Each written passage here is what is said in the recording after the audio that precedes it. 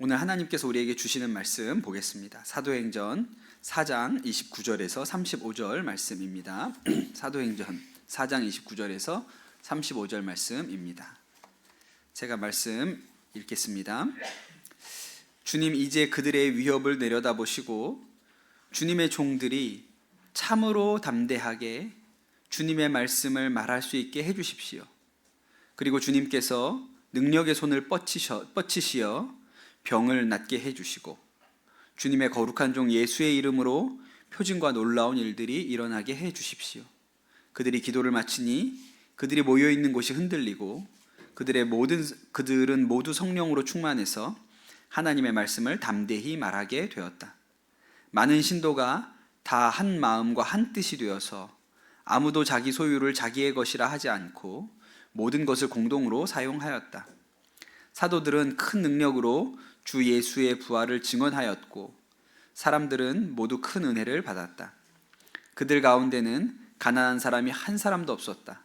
땅이나 집을 가진 사람들은 그것을 팔아서 그 판돈을 가져다가 사도들의 발 앞에 놓았고 사도들은 각 사람의 필요에 따라 나누어 주었다. 아멘. 하나님의 말씀입니다. 요새 인터넷에 이렇게 들어가서 찾아보면 맘카페라든지 이런 곳에 본인이 이 동네에 처음 이제 이사를 왔는데 좋은 교회를 찾고 있다. 어디 좋은 교회가 있으면 소개를 해달라. 그렇게 그런 게시물들을 우리가 심심치 않게 봅니다. 저는 이제 목회를 하니까 유심히 보거든요. 그런 어떤 교회들을 찾고 있는지 유심히 보는데 여러분 생각에는 어떤 교회가 좋은 교회라고 생각이 드세요? 아마도 청년 같은데 어떤 청년이 자신이 이렇게 좋은 교회를 찾고 있는데 이런 조건이 맞는 교회가 있으면 좀 알려달라. 그렇게 해서 조건들을 몇 가지를 써놨어요. 여러분 혹시 이런 교회가 있는지 머릿속에 좀 찾아보시면 좋을 것 같습니다. 1번 교인 수가 5,000명 이상, 청년 수가 500명 이상인 교회. 2번 청년부 모임이 활성화되어 있는 교회. 3번 CCM이 없는 교회. 4번 통성기도가 없는 교회. 5번 성찬식 자주 하는 교회.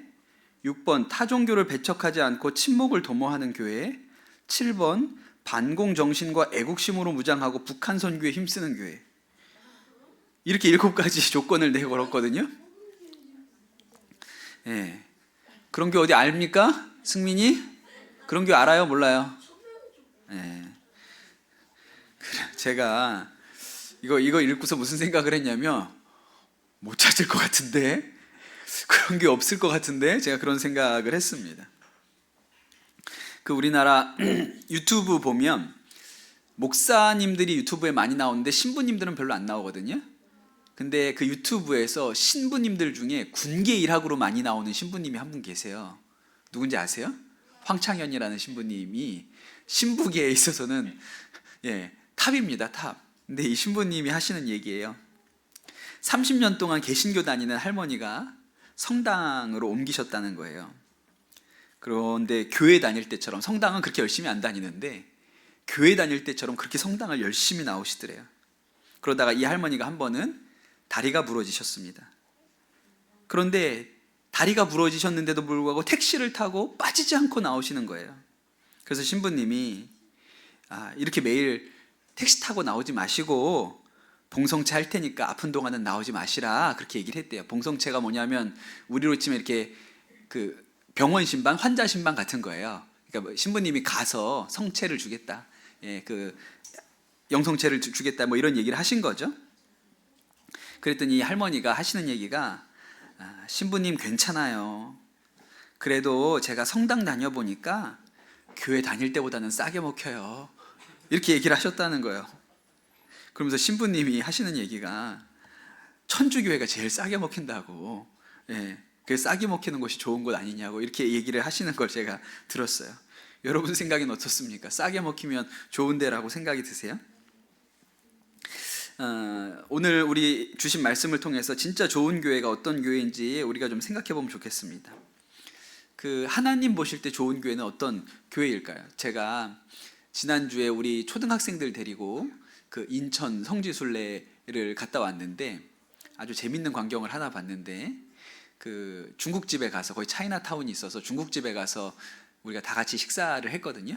짜장면을 먹었는데, 그 한쪽 제가 앉은 테이블 옆에 그 커다란 중국집 원탁 테이블이 있는데, 거기에 6학년 우리 어린이들만 다 이렇게 앉았어요. 예, 여기 애들이, 요 아이들이 거기 앉았거든요. 거기는 선생님도 한 분도 없고 우리 6학년 아이들만 앉아가지고 거기서 이제 짜장면을 먹는데, 제가 이렇게 옆에서 보는데 너무 사이가 좋고 화기애애한 거예요. 자기들끼리 돌아가면서 한마디씩 해요. 네, 순서를 정해가지고 자기들끼리 돌아가면서 이렇게 한마디씩 하는 거예요. 아무도 뭐 시키는 사람이 없는데. 그러고 나중에 또 이제 그 넓은 공원에 갔는데 얼마나 자기들끼리 잘 뛰어다니면서 노는지 제가 보면서, 야, 참 멋있다. 우리 6학년들이 진짜 멋있는 애들이다, 이런 생각을 했거든요. 다 그렇진 않습니다. 4학년은 전혀 그렇지 않았어요. 4학년은 보기만 해도 아슬아슬해요. 조마조마해요. 뭐 터지겠다 쟤네. 주먹 한번 날라가겠다 조마조마하거든요.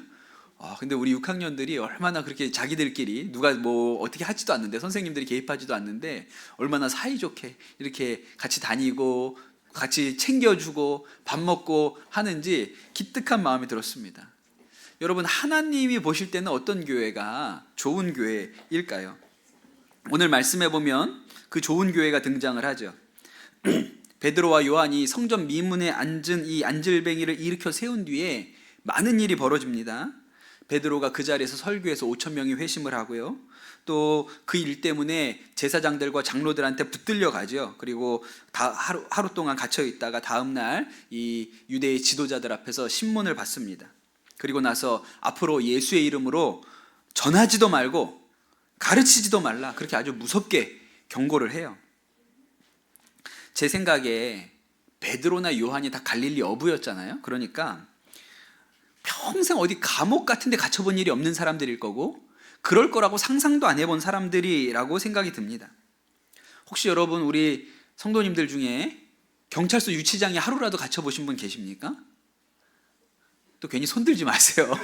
창피하니까 또 이거 나 있는데 이렇게 손들지 마십시오. 이거 창피한 일이니까.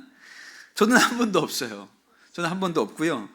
그냥 군대에서 목회를 했기 때문에 영창은 자주 가봤죠. 그 위문하러, 그 갇혀 있는 친구들 제가 이렇게 위로하러 자주 가봤어요. 그러나 안에 들어가지 않고 늘 밖에서 아이들 위로하고 이렇게 돌아왔죠. 그런데 저는 뭐 경험이 없습니다만 그 충격이 대단한 거예요. 승민아, 그만 떠들어.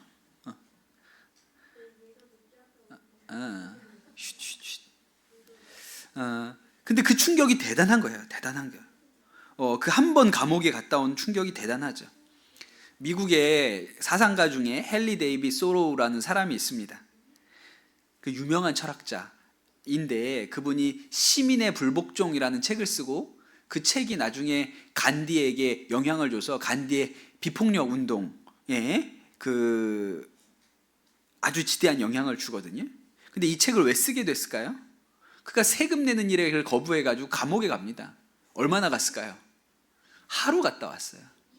하루 갔다 오고 나서 그 하루 동안 감옥에 있었던 충격이 너무 커서 시민이 정부를 향해서 어떻게 살아가야 하는지에 대해서 생각하면서 이 글을 쓴 거예요. 그러니 여러분, 베드로와 요한이 딱 하루 갇혀 있었지만 이 사람들이 하루 동안 감옥에 갇혀 있었다는 이 일이 대단히 충격적인 일이죠. 그리고 나서 교인들이 있는 곳으로 돌아옵니다. 그리고 자기들이 겪은 일을 교인들한테 쭉 얘기를 하는 거예요. 그랬더니 이 교우들이 다 같이 모여서 기도합니다. 방금 이 백성의 지도자들에게 경고를 받고 들어왔는데, 그런데 이 기도는 그들 위에 계신, 백성의 지도자들 그 머리 위에 계신 하나님께, 세상을 창조해 주시고 주관하신 하나님께 기도하는 것이죠. 그런데 그 기도가 아주 놀라워요.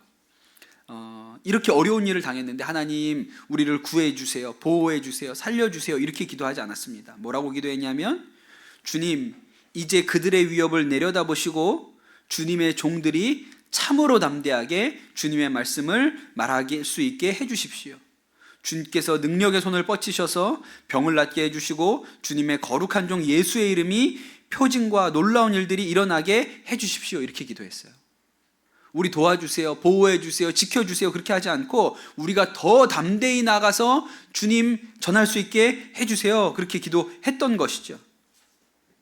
사실 지금 처음 감옥에 붙들려 있었고 그렇게 어려운 일을 당했기 때문에 굉장히 큰 일로 느껴질 수 있지만 이 일은 시작에 불과합니다.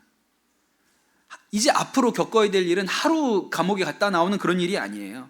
이제 붙들려 가서 매맞고 또 스데반 집사가 순교당하는 일을 보고 그 후에는 야고보 사도가 순교를 당하고 그 다음에 유대인들로부터 박해당하고 그 후에는 로마의 네로 황제 시대에 박해가 와서 베드로와 바로울이 순교당하고 그 다음에 또 도미티아누스 황제 시절에 또 박해를 받아서 요한이 반모섬에 갇히고 수많은 사람들이 목숨을 잃습니다. 그렇게 200년 이상을 아주 지독한 박해에 시달리죠.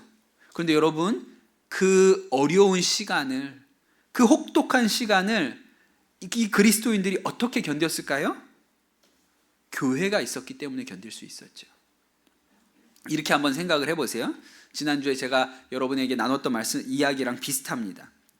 어떤 직장에서 아주 경쟁에 시달리고 차별적인 언사를 당하고 폭언과 위협에 시달리는 사회 초년생 청년이 있다고 한번 생각을 해보세요. 지난주에 얘기한 것처럼 더 이상 못 해먹겠다, 때려쳐야겠다 이렇게 생각하면 용기가 생기겠죠. 그런데 월마다 우리가 매달 말에 카드 영수증이 돌아오니까 못 그만두는 거예요. 그렇게 참다가 공황장애가 오고 그런 일도 있죠. 그런데 아주 여리여리한 젊은 여자 청년인데 이렇게 회사 생활이 어렵고 힘든데 아주 꿋꿋하게 잘 버텨요. 그냥 잘 버티는 정도가 아니고 그렇게 어려운 상황 중인데도 다른 사람을 돕고 힘을 불어넣어주고 또 꽤나 명랑해요. 그럼 사람들이 그 젊은 아가씨를 볼 때 궁금하겠죠. 야, 저 젊은 아가씨가 도대체 어디에서 저런 힘이 나오고 저런 마음이 일어나는 거지? 성격인가? 뭐가 비결일까? 이게 궁금하지 않겠습니까? 근데 직장에서 이렇게 봐도 잘 모르겠어요. 왜 저 아가씨가 저렇게 이 힘든 직장 생활에도 힘을 가지고 있는지를 잘 모르겠어요. 그런데 마치 드라마처럼 그 카메라 앵글을 퇴근 후에 집으로 가져가 보는 거예요. 근데 집으로 가보니까 납득이 돼요. 집에 들어갔는데 온 식구가 너무 반갑게 맞아줘요. 고생했다, 잘 다녀왔다 격려를 해주고 식사 시간에 가족들이 모여 앉아서 식사를 하면서 회사에서 일어난 일들, 어려운 일들 이런 얘기를 잘 들어주고 또 섣부르게 충고하거나 비난하지 않고 잘 공감해주고 또 기도해줍니다. 그런 모습이 있다는 것을 알면 저 청년이, 저 자매가 그래서 저렇게 회사 생활을 해낼 수가 있구나.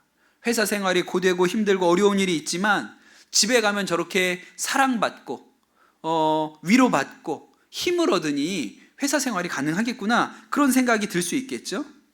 교회가 꼭 그와 같습니다.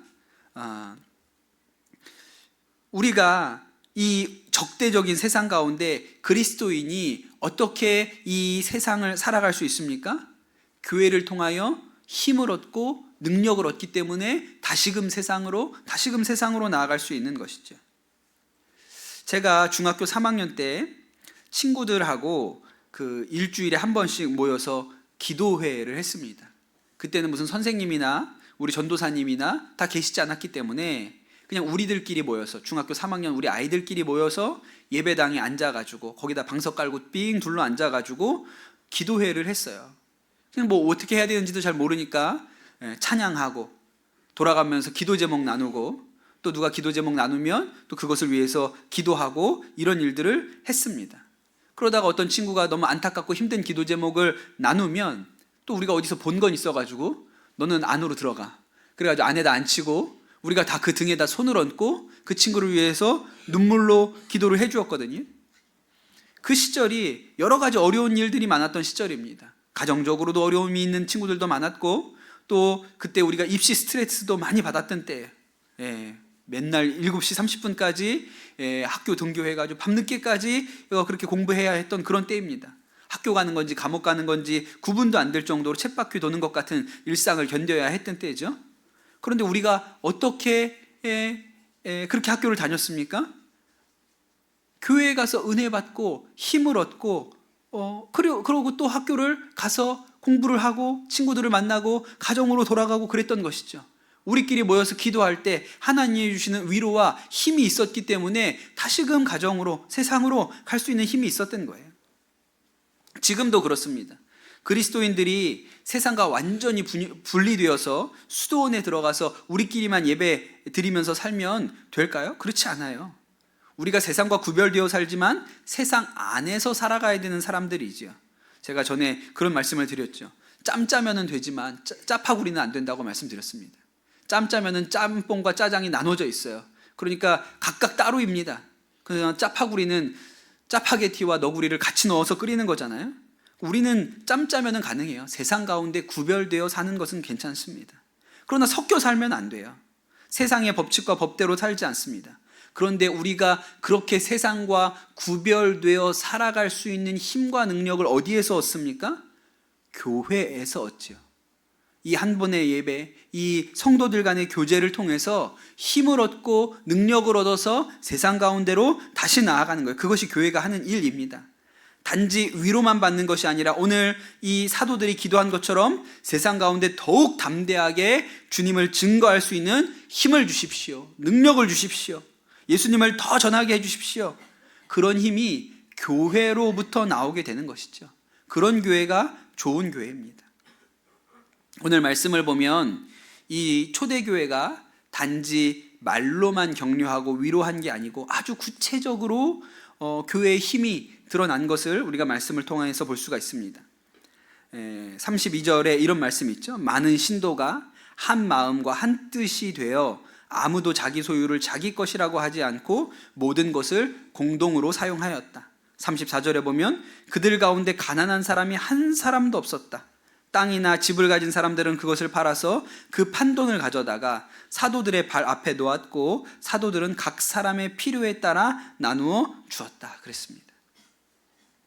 세상 사람들이, 깨어있다는 사람들이 이런 세상을 만들어 보려고 엄청 노력을 많이 했습니다. 평등한 세상, 빈부격차가 없는 세상을 만들어 보겠다고 막 애를 썼어요. 별의별 일을 다 했습니다. 그렇게 해서 시작한 게 공산주의 아닙니까? 당에서 모든 재산을 몰수해가지고 이 정부가 배급하는 식으로 그것을 안 되니까 총과 칼과 무력으로 그런 세상을 만들어 보려고 노력을 했죠. 그런데 정작 그런 나라를 만들어 보겠다고 했던 자들이 도리어 자신은 부를 쌓고 더 많이 먹고 더 많이 가지면서 국민들에게는 다 같이 못 사는 게 평등이라고 그렇게 가르쳤습니다. 총칼로 사람들에게 겁을 줘서 평등한 세상이 만들어집니까? 그러면 사람의 욕심이 없어집니까? 사람의 욕심이 없어지지 않는데 어떻게 평등한 세상을 만들어요? 그럴 수 없는 것이죠. 지금은 사라졌지만 김진경 박사님이라는 분이 그 연변에다가 연변과학기술대학, 조선족들 또 거기에 있는 중국 사람들을 위해서 연변과학기술대학이라는 대학을 만드셨죠. 그리고 외국에 있는 교수들을 초청해서 그 학교에서 그리스도인 교수들이 그 학생들을 공부시키고 그냥 공부만 시킨 게 아니라 가난한 학생들을 받아서 가르치고 먹이고 입히고 집에 가서 재우면서 그런 학교를 일궜던 때가 있었습니다. 지금은 다 사라져 버렸죠. 그런데 이렇게 학교를 아름다운 학교, 정말 교회와 같은 학교를 만들었는데 나중에 북한 관리들이 이 학교에 와가지고 이 학교가 너무 유명하니까 어떻게 돌아가나 보고 북한 관리들이 와서 했던 말이 사회주의 낙원이 여기에서 이루어졌네요. 그렇게 얘기했다 그러죠. 우리가 바라는 사회주의 낙원이라는 게 이 학교에서 이루어졌군요. 그렇게 이야기를 했다는 거예요. 그래서 나중에 평양에도 똑같은 대학을 세워달라 그런 요청을 받게 되지요. 초대교회가 가지고 있었던 특징이 내 것을 내 것이라고 하지 않았습니다. 그래서 오늘 말씀에 보면 거기는 가난한 사람이 없었다. 가진 사람들이 자신의 땅이나 재산을 팔아서 사도들에게 갖다 주면 사도들이 필요에 따라서 나누어 주었다 이렇게 기록을 합니다. 여러분 그런 뉴스 혹시 보신 일이 있습니까? 우리나라 사람들은 먹는데 외국 사람들은 전혀 관심도 없고 먹을 생각도 없는 그런 음식들이 있죠. 어떤 거 있을까요? 고사리 같은 거예요. 고사리. 또 어떤 거요? 도토리요. 외국에서 전혀 먹을 생각이 없는데 우리나라 사람들은 묵을 써서 먹지 않습니까? 그래서 한국 사람들이 종종 그렇게 외국에 가서 어디 산이나 이런 데 가서 도토리가 지천으로 떨어져 있는 걸 보면 눈이 뒤집힙니다. 그래서 어떻게 해요? 자루를 가지고 봉지를 가지고 거기서 막 정신없이 주워 가지고 오죠. 그러면 외국 사람들이 다 구경을 한다는 거예요. 저 사람들은 저걸 왜 주워 가나? 저 사람들은 저걸 왜 주워 가나? 그러다가 한참을 죽고 있으면 물어본다 그러죠. 그렇게 다 주워 가면 어떡하냐고. 그러면 한국 사람들이 당신들은 이거 안 먹지 않느냐? 당신들 먹지도 않는데 우리가 좀 주워 가면 어떠냐? 그렇게 얘기하면 이렇게 얘기한다 그러죠. 그럼 다람쥐는 뭘 먹고 삽니까? 당신들이 다 집어가면 다람쥐는 뭘 먹어요? 그런다고 하잖아요. 오죽하면 미국에서 이런 일이 있었답니다. 그 미국 풀밭에 외래종인 쑥이 번지기 시작했다는 거예요. 쑥이 막 자라나기 시작했어요. 이걸 어떻게 해결해야 되는데 누군가 아이디어를 냈습니다. 한국 사람들을 불러다가 일주일 동안 마음대로 뜯어가라 그러면 다 사라질 것이다. 걱정할 거 없다. 그랬다는 거예요.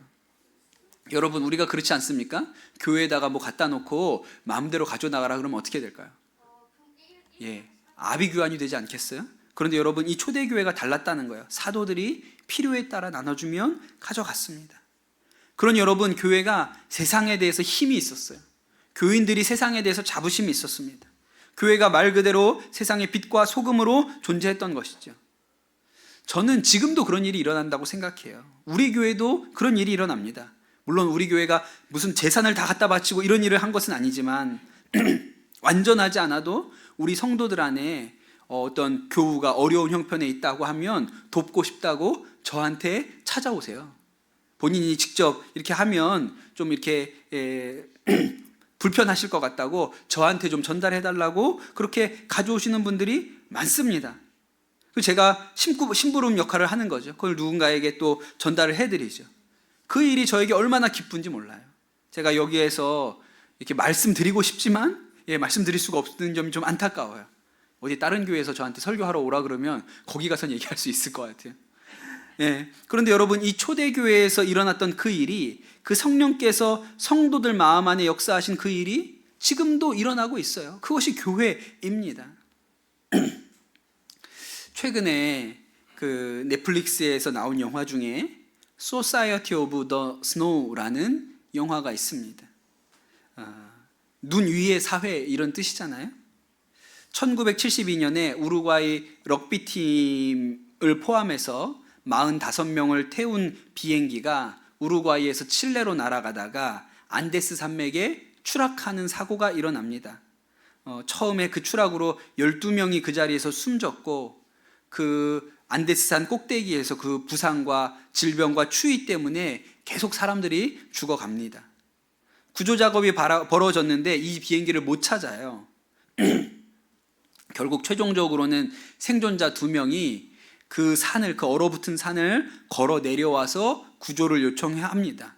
그게 추락하고 72일 만에 일어난 일이에요. 그러니까 이 사람들이 72일 동안 그 부서진 비행기 안에서 추위와 싸우고 견디면서 최종적으로 16명이 구조가 됩니다. 사람들이 나중에 이렇게 살아 돌아온 것 자체가 굉장히 충격이었는데, 또 이제 궁금한 거예요. 16명이 72일 동안 어떻게 살아남았을까? 물은 있죠. 눈이 있으니까. 지천이 눈이니까 물은 있어요. 근데 뭘 먹고 견뎠을까? 그게 궁금해요. 72일 동안이나. 나중에 알려진 것은 먹을 것이 다 떨어지고 나니까 더 이상 먹을 것이 없어서 죽은 이들의 시신을 잘라서 먹으면서 견뎠다. 그렇게 이야기를 하죠. 그런데 이 일이 당시에 그 생존자들에게 있어서도 굉장히 논쟁적이었다는 거예요. 그래도 되냐, 우리가 아무리 목숨을 유지해야 되지만 다른 사람, 죽은 사람의 살을 떼어 먹는 것이 옳으냐? 자기들끼리도 그런 논쟁이 있었고, 일부는 사는 게 중요하다고 해서 했고, 어떤 사람은 끝까지 나는 내가 죽으면 죽었지, 나는 그렇게는 못한다, 버티는 사람들도 있었다는 거예요. 그런데 한 사람이 부상을 당해서 죽어갑니다. 근데 그 친한 친구가 끝까지 나는 그 사람의 몸은 먹을 수가 없다고 버티는 친구에게 내가 곧 죽을 것 같은데, 나는 더 이상 여기서 살아서 내려가지는 못할 것 같은데, 내가 죽으면 네가 내 살을 먹고 살아서 돌아가면 좋겠다. 내 살이라도 먹고 너는 꼭 살아서 내려가면 좋겠다. 그렇게 이야기를 했다는 거예요. 그래서 그들이 그 살을 먹고 견뎠습니다. 그렇게 16명이 구조가 됐는데, 그 생존자 중에 호세라는 청년이 있었어요. 어려서부터 교회 열심히 다녔던 청년입니다. 그가 이런 고백을 해요. 저는 학창시절에 교회에 한 주도 빠진 적이 없습니다. 그러나 신자라는 이름은 가졌으나 사실 신앙이 없었습니다. 교회에서 수없이 성찬에 참여했으나 기계적으로 빵과 포도주를 든 것뿐이며 그 뜻이 내 가슴에 와닿지 않았습니다. 그러나 산 위에서 죽은 친구의 살조각을 손에 들었을 때 그것이 예수님의 몸이라는 것을 알게 되었습니다. 그리고 사랑이 무엇인지, 십자가가 무엇인지 깨달았습니다. 그랬습니다. 그 순회 선교단이라는 선교단체가 있죠. 근데 그들이 그 공동체를 지키기 위해서, 그 신앙 공동체를 지키기 위해서 가지고 있는 원칙, 아주 단순한 원칙이 있습니다. 나 잡아먹고 너 살아라. 나 잡아먹고 너 살아라. 나는 너를 위해서 존재한다. 그런데 여러분, 초대교회가 딱 그런 마음으로 교회를 이루었던 것이죠. 나 잡아먹고 너 살아라. 그러니까 교회가 힘이 있었습니다. 세상에 대하여 능력이 있었어요. 그래서 내 것을 내 것이라고 하지 않았고, 가난한 자가 없었고, 모였다가 다시 세상 가운데로 나가면 세상과 싸울 힘과 용기와 능력이 있었던 것이죠. 박해당하고 핍박당하고 교회로 돌아오면 다시 위로받고 힘을 얻고, 그리고 다시 그 험한 세상 가운데 그리스도의 증인이 되어서 나아갈 수 있었던 것이죠. 이것이 좋은 교회입니다. 바라기는 우리 강남 천안목자교회가, 또 여기에 모인 우리 성도들의 이 공동체가 그렇게 하나님 앞에 좋은 교회라고 칭찬받는 교회가 될 수 있기를 예수님의 이름으로 축복합니다. 우리 마음 가운데 나 잡아먹고 당신이 사십시오 라고 이 한마디, 이 마음이 있으면 정말 그런 교회가, 세상을 이기는 교회가 될 수 있는 것이죠. 그런 힘과 능력이 우리 교회 가운데, 우리 성도들의 마음 가운데 부어지시게 되기를 축복합니다. 주신 말씀 붙들고 같이 기도하도록 하겠습니다. 주님, 감사합니다. 우리가 사도행전을 통하여 하나님 보시기에 아름다운 교회가 어떤 교회인지 보게 하시니 감사를 드립니다. 그들이 환난을 당하고 핍박을 당하고 어려운 일을 많이 당하였으나 성도들이 모여서 기도하면 위로가 있었고 힘이 있었고 다시 세상 가운데 나아갈 용기를 얻었던 하나님, 그런 교회가, 하나님, 우리가 섬기는 이 교회가 되게 하여 주시옵소서. 그들이 내 것을 내 것이라고 하지 아니하고 서로 나눠주고, 그래서 교회 안에 가난한 자가 없었다고 했는데 하나님, 우리도 나 잡아먹고 당신이 사시오 라는 마음으로 교회를 세워나가게 하여 주시옵소서. 그리하여 세상은 이해할 수도 없고 감당할 수도 없는 그런 아름다운 교회, 존귀한 교회가 서게 되기를 소원합니다. 주님, 우리를 통하여 미약하지만, 우리는 어리석고 힘이 없지만, 또 욕심도 많지만, 그러나 성령님의 역사로 주께서 우리 마음 가운데 임하셔서 그 놀라운 일을 이루어 주시옵소서. 감사합니다. 모든 말씀 우리 주 예수 그리스도의 이름으로 기도드립니다. 아멘.